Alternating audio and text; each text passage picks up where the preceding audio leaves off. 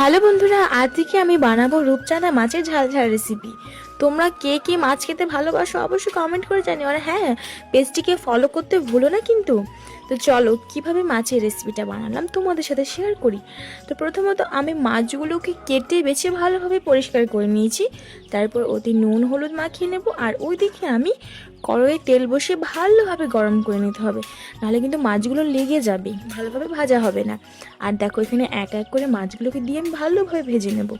দেখো উল্টে পাল্টে ভালো করে লাল লাল করে ভেজে নিতে হবে কিন্তু, নাহলে কিন্তু খেতে একদমই ভালো লাগবে না। আর জানো তো আমার কিন্তু মাছ ভাজতে না খুবই ভয় পায়।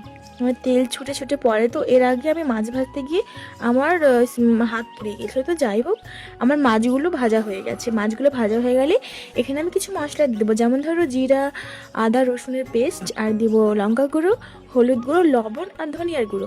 মশলাগুলোকে দিয়ে আমি ভালোভাবে কষিয়ে নেব।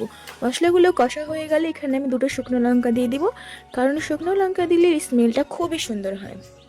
তারপরে সামান্য পরিমাণ জল দিয়ে দিব আমার মন মতো, তোমরা তোমাদের মন মতো দিতে পারো। আর এইদিকে জলটা ফুটে উঠলে আমি সব মাছগুলো এক এক করে দিয়ে দেবো। তারপরে একটু ফুটে উঠলে মাছ রান্না রেডি।